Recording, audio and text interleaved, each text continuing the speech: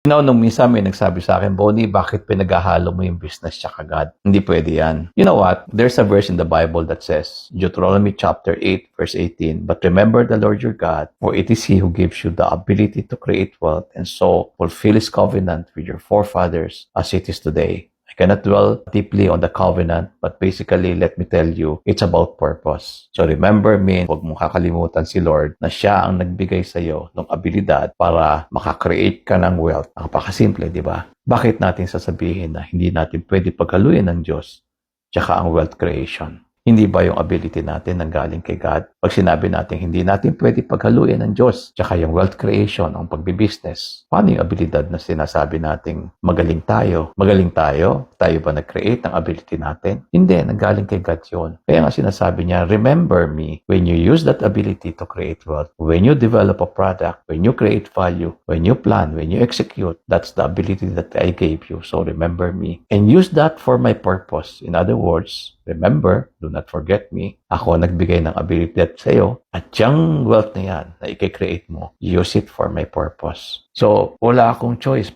Hindi ko pwede paghiwalayan ang business sa God. Kasi God is the one who gave me the ability to create wealth and it should serve His purpose.